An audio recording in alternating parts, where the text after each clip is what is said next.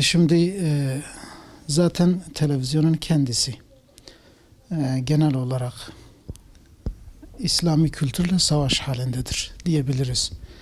Bu hem Türkiye'de hem de dünyada maalesef böyle bir durum mevcuttur. Fakat tabii onlar da her zaman bunu düşünüyordur mutlaka. Yani en etkili program nasıldır? Nasıl bir program yapalım da insanları daha çok İslam'dan uzaklaştıralım?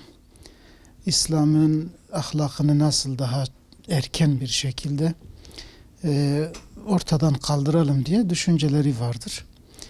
Onun için mesela bakıyorsun ki gün geçtikçe daha çok böyle İslam'a ve İslam'ın değerlerine ters ve zıt ve daha çok böyle sert bir şekilde İslam'a muhalif şeyleri görebiliyoruz. İşte maalesef bu izdivaç adında maalesef isim izdivaç fakat izdivacla hiçbir alakası olmayan programlardır.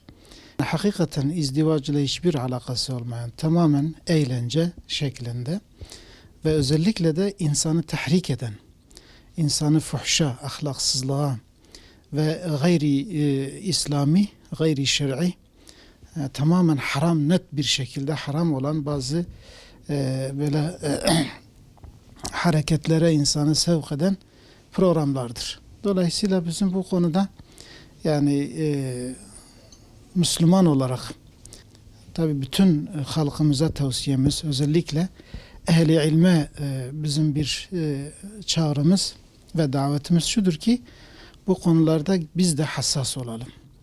Müslüman olarak kesinlikle bu programları seyretmeyelim ve bunların ifsadını mümkün mertebe etrafımıza, çocuklarımıza, akrabalarımıza sık sık anlatalım. Bunlar ve bunların benzeri birçok program vardır. Yani televizyondan daha çok televizyondan mümkün mertebe uzak durmaya çalışalım. Onun yerinde yani çocuklarımızı okumaya teşvik edelim. İslami kültürümüzü, İslami tarihimizi, İslami değerlerimizi anlatan kitapları okuyalım sık sık ve bunu teşvik edelim, sevdirelim. Yoksa biz gerçekten gittikçe ahlaki olarak daha çok böyle yozlaşacağız yani maalesef. Allah Celle Celaluhu Müslümanlara yardım etsin ve Müslümanlara şuur versin. Allah Celle Celaluhu insanı bir erkek ve bir kadından yaratmıştır. Bu nedenle yani erkeğin değeri nasıl varsa kadının da ona göre bir değeri vardır İslam'da. Ve İslam bu kadına değer vermek için hicab emretmiştir. Yani tesettür dediğimiz örtünmeyi emretmiş. Tabii ki bu örtünme sadece böyle zahiri bir elbiseden ibaret değildir.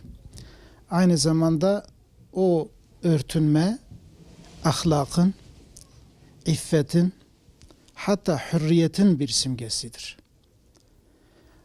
Açıklık, açık saçıklık ve aynı şekilde ahlaksızlık, köleliğin, İslam'dan uzaklaşmanın, ahlaksızın yani bir simgesidir.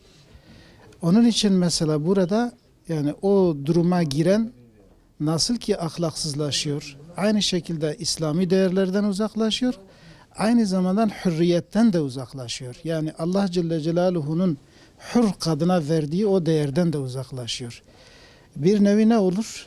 Kendi nefsinin, şeytanın ve gayrimüslimlerin, şeytana tabi olanların ve şeytanın dostlarının esiri haline geliyor. Bir oyuncak haline geliyor.